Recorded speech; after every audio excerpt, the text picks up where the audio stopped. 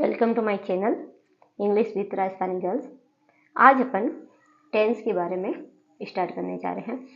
इससे पहले मैंने verb, noun, pronoun, helping verb, articles के यूज़ के बारे में मैंने आपको समझा दिया था। जिन्होंने पिछली वीडियो नहीं देखी है वो जाके एक बार देख ले, क्योंकि जब तक आप वर्ब्स और नाउन प्रोनाउन को नहीं समझेंगे टेंस को समझना थोड़ा आपके लिए मुश्किल हो जाएगा। तो चलिए शुरू करते हैं। जिन्होंने वो वीडियो देख रखी है उनको आज का पार्ट अच्छे से और आसानी से समझ में आ जाएगा। चलिए, टेंस जो है वो मूल रूप से 3 प्रकार के होते हैं। टेंस के कितने भाग थे? 3, मैंने पिछली वीडियो में बता दिया था। एक है प्रेजेंट,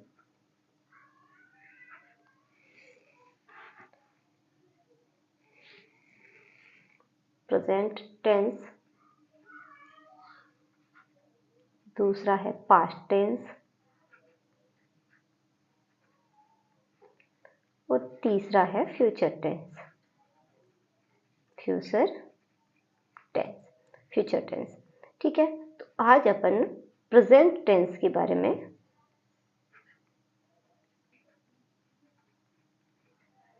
PRESENT इसके बारे में बात करेंगे। इसका मतलब होता है वर्तमान काल। क्या मतलब होता है?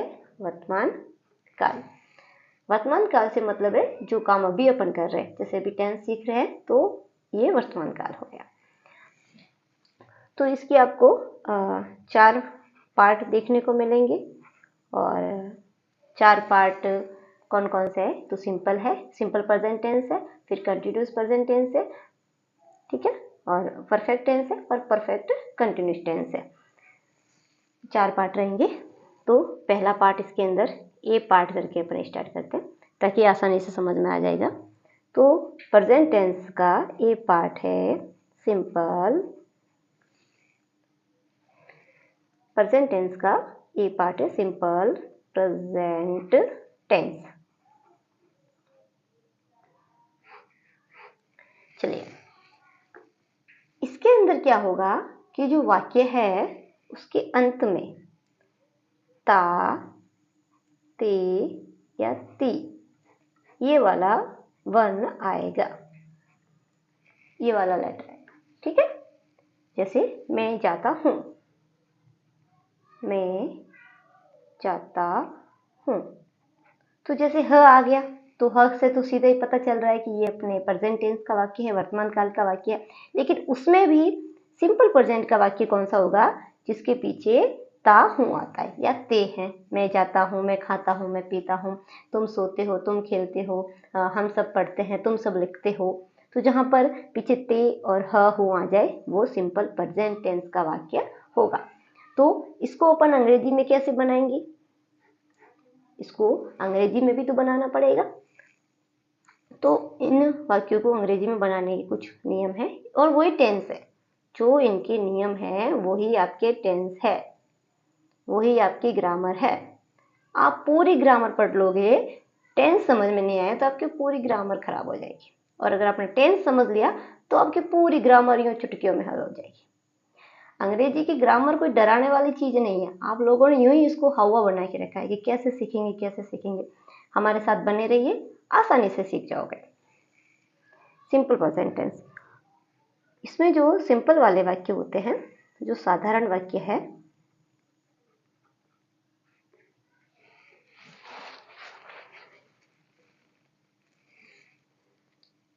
जो साधारण वाक्य है इसको बोलते हैं अफर्मेटिव।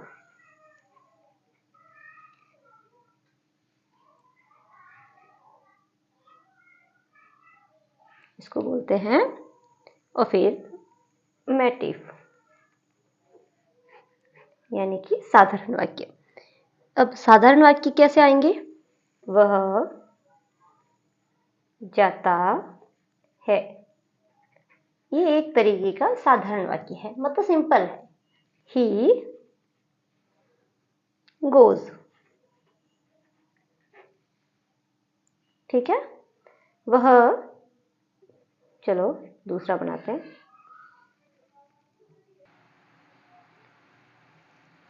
मैं खेलता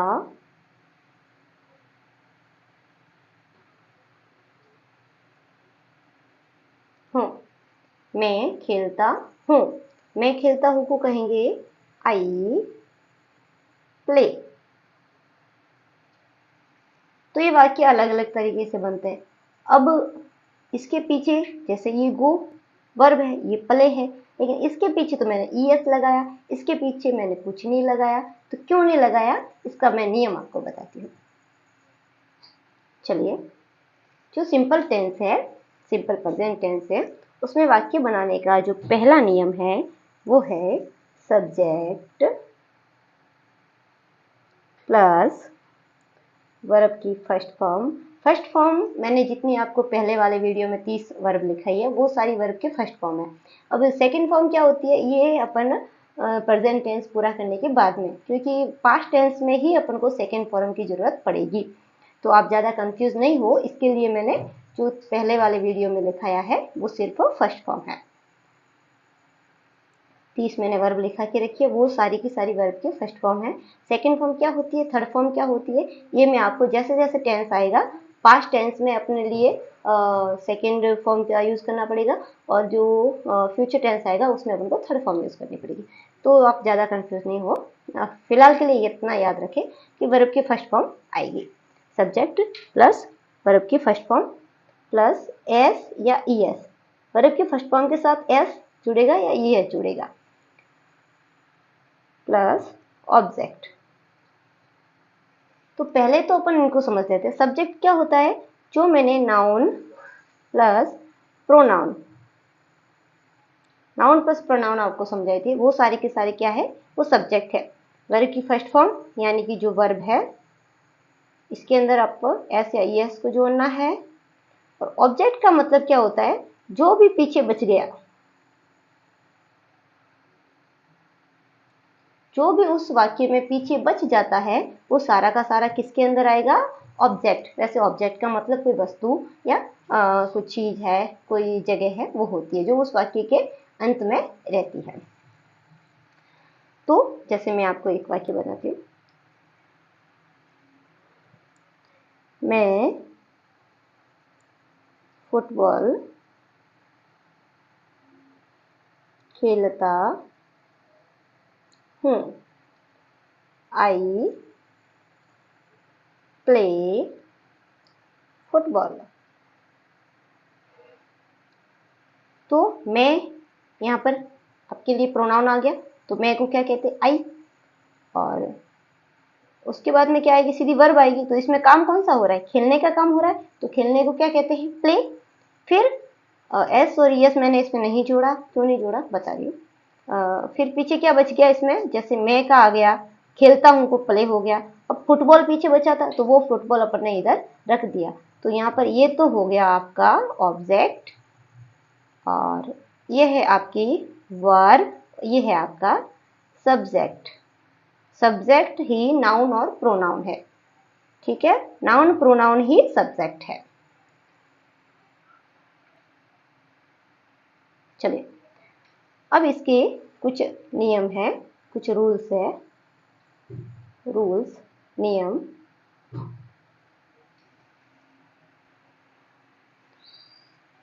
तो इसके क्या नियम रहेंगे, जो अपने आई वी यू दे ये थे, इनके साथ तो सिर्फ क्या आएगी, फर्स्ट फॉर्म आएगी वर्ब की, वर्ब की फर्स्ट फॉर्म आएगी। जो मैंने पहले वाले 30 लिखाई है वो वर्ब की सारी फर्स्ट फॉर्म है, सेकंड फॉर्म मैंने नहीं लिखाई। ठीक है, आई वी यू दे के साथ में अपन किसका प्रयोग करेंगे, वर्ब की फर्स्ट फॉर्म का। तो ये एस और ई एस का प्रयोग किसके साथ होगा, जो एस और ई एस है इसका प्रयोग किसके साथ होगा, तो ही सी इट, या कोई भी नेम आ गया, कोई भी नाम आ जाए, तो वहां पर आप किसका प्रयोग करोगे, एस, और ई एस को किसके साथ में जोड़ोगे, वर्ब के साथ में, वर्ब के साथ। कौन जुड़ेगा, एस या ई एस, ठीक है।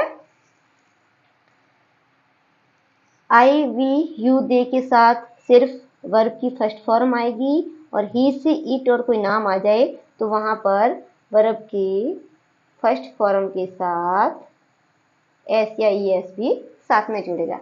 कैसे जुड़ता है अभी देखते हैं। चलिए,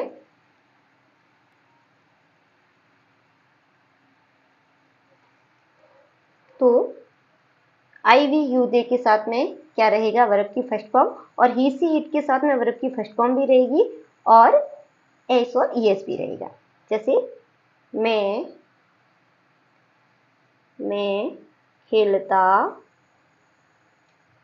हूँ, और दूसरी जगह अपन बना रहे हैं वह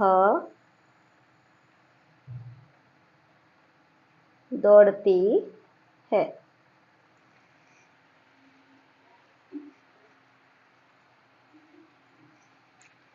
मैं को क्या कहते हैं, आई, जो कि अपना सब्जेक्ट है। उसके बाद में वर्ब की फर्स्ट फॉर्म, वर्ब की फर्स्ट फॉर्म यानी ये जो काम है उस काम को क्या कहेंगे, खेलने को क्या कहते हैं, play. I play, I play, मैं खेलता हूँ। वह दौड़ती है, वह दौड़ती है, तो कौन दौड़ रही है, लड़का या लड़की, लड़की दौड़ रही है, और लड़की के लिए अपन किसका प्रयोग करेंगे, शी का। वह, ये तो हो गया, सब्जेक्ट हो गया। फिर दौड़ती है, दौड़ने को क्या बोलते हैं, सी, वह, ठीक है। दौड़ने को क्या बोलते हैं, रन, आर यू एन। लेकिन उसमें क्या था कि सब्जेक्ट प्लस वर्ब की फर्स्ट फॉर्म प्लस एस या ई एस, तो इसके साथ अपन को एस और ई एस इन दोनों में से क्या जोड़ना है, तो इसके पीछे आएगा एस। ई एस क्यों नहीं आया, ई एस उनके पीछे आएगा जिसके लास्ट में मीनिंग में ओ होता है। जैसे गो, तो गो के पीछे पीछे क्या आएगा, ई एस आएगा। ठीक उसी तरह जैसे प्ले है, और प्ले के आगे मान लो ही सी इट में से कुछ भी आपको यूज करना पड़े, ही सी, तो इनके पीछे अपन क्या लगाएंगे, इनके पीछे लगाएंगे एस, ठीक है। और वह जाता है, यानी कि ही, जाने को गो बोलते हैं, लेकिन यहाँ पर अपन लगाएंगे ई एस। क्यों, क्योंकि यहाँ पर ओ आ गया, यानी कि जो वोवल होंगे, वोवल पता है ना आपको, ए, ई, आई, ओ और यू, अगर ये आ जाए किसी भी मीनिंग में तो उसके पीछे आपको ई एस का प्रयोग करना है, और इनके अलावा कुछ भी आ जाए तो वहां पर आपको किसका प्रयोग करना है, एस का। जैसे मैंने प्ले के पीछे किसका प्रयोग किया, एस का। एन रन्स, एन के पीछे किसका प्रयोग हुआ, एस का। ठीक वैसे अगर गो आ जाएगा तो आपको किसका प्रयोग करना है, ई एस का, क्योंकि ए, ई, आई, ओ, यू से जो भी आपके लास्ट लेटर आ जाए तो वहां पर आपको ई एस का प्रयोग करना है। ठीक है, तो उम्मीद करती हूँ एस और ई एस वाला आपको समझ में आ गया होगा। अगर नहीं आया है तो एक बार इसको आप देख लीजिएगा। ठीक है, आई वी यू दे के साथ एक बार रिपीट करते हैं, आई वी यू दे के साथ में क्या आती है, वर्ब की first form, first form of verb, ठीक है। और ही सी इट, इसके साथ क्या आएगा, फर्स्ट फॉर्म तो आएगी ही आएगी, फर्स्ट फॉर्म को तो आप नहीं हटा सकते, वर्ब की फर्स्ट फॉर्म को आप नहीं हटा सकते, प्लस एस और ई एस भी साथ में जुड़कर आएगा। जैसे एक वाक्य है, तुम खेलते हो, तुमको क्या कहेंगे, यू, खेलने को क्या कहते हैं, प्ले। अब इतना तो हो गया, अब आपको देखना है एस लगेगा या नहीं लगेगा। तो आई वी यू दे के साथ में सिर्फ वर्ब की फर्स्ट फॉर्म आती है, एस और एस नहीं आता। अब वह फुटबॉल खेलता है, तो वह को क्या कहेंगे, लड़का है, खेलता है तो लड़का हो गया। ही, खेलने जो काम कौन सा हो रहा है, कौन सी वर्ब है, प्ले, खेलने को प्ले, प्ले। अब देखना है कि इसमें वर्ब के अंदर एस या ई एस आएगा या नहीं आएगा।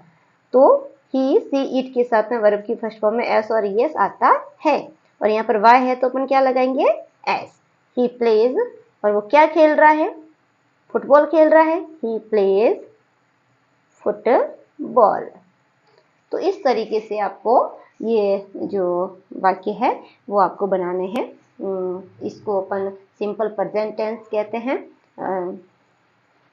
बाकी छोटे होते हैं, ज़्यादा बड़े नहीं होते, इसलिए इसमें हेल्पिंग वर्ब का प्रयोग नहीं होता है, सिर्फ एस और ईएस का प्रयोग होता है।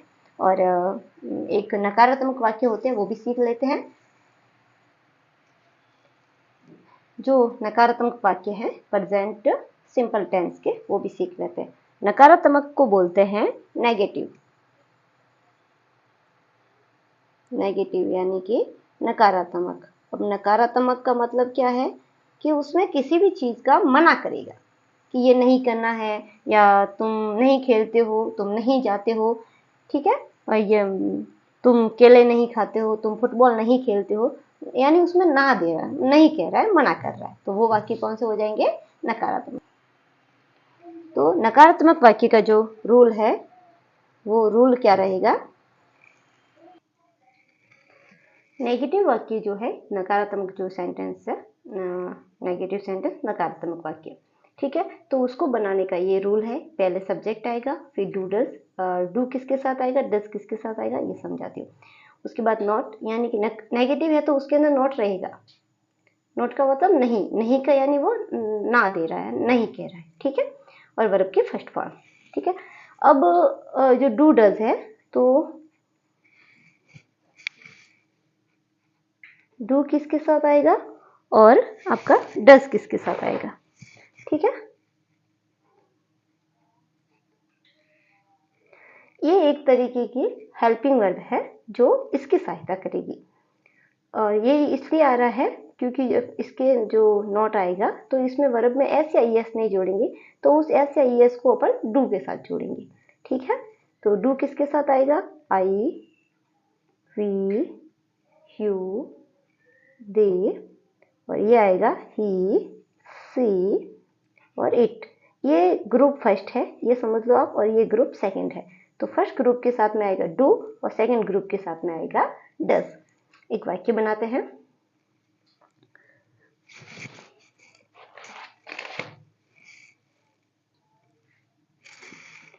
वह, यह वाक्य बनाते हैं, वह खेल नहीं खेलता है, वह खेल नहीं खेलता है। तो सब्जेक्ट अपना वह है, तो वह को क्या कहेंगे? ही। अब ही के बाद में क्या, जो सब्जेक्ट तो आ गया, अब डू और डज आएगा। अब डू डज में से क्या आएगा? तो ये ही है, तो ही के साथ में क्या आएगा? डज। He does. उसके बाद में नहीं कह रहा है, नहीं को not, he does not play, he does not play. Verb कौन सी? खेलने की है, he does not play game, ठीक है। तो जो इसके पीछे बचता है ऑब्जेक्ट, वो इसके पीछे आ जाएगा। तो इसमें खेल बचा, और खेल को अपन क्या कहते हैं? Game. He does not play game, वह खेल नहीं खेलता है, he does not play game. हम सब विद्यालय नहीं जाते हैं, हम सब विद्यालय नहीं जाते हैं, नहीं जाते हैं। तो हम सबको क्या कहेंगे? वी, ठीक है। अब वी आ गया तो क्या आएगा अपने पास में? डू। सब्जेक्ट अपना वी है, ठीक है, हमको वी कहते हैं, और हम क्या? अपना सब्जेक्ट है, तो वी। अब डू डज में से क्या आएगा? तो वी के साथ में किसका प्रयोग होता है? डू का। वी डू, और डू आ गया तो डज नहीं आएगा, डज आएगा तो डू नहीं आएगा, इन दोनों में से कोई एक आ सकता है, ठीक है। फिर do not, we do not. अब नहीं जाते, जाने को क्या बोलते हैं? काम कौन सा हो रहा है? जाने का, तो जाने को बोलते हैं गो। अब कहाँ जा रहे हैं? स्कूल जा रहे हैं, तो go to school. We don't go to school, हम विद्यालय नहीं जाते हैं, तो वहां पे क्या होगा? We don't go to school. जैसे कोई आपको पूछता है, आज आप विद्यालय जाते हो? खेल क्यों रहे हो? तो आप कहोगे कि छुट्टी है, तो हम विद्यालय नहीं जाते हैं आज, ठीक है। तो वह हम सब विद्यालय नहीं जाते हैं।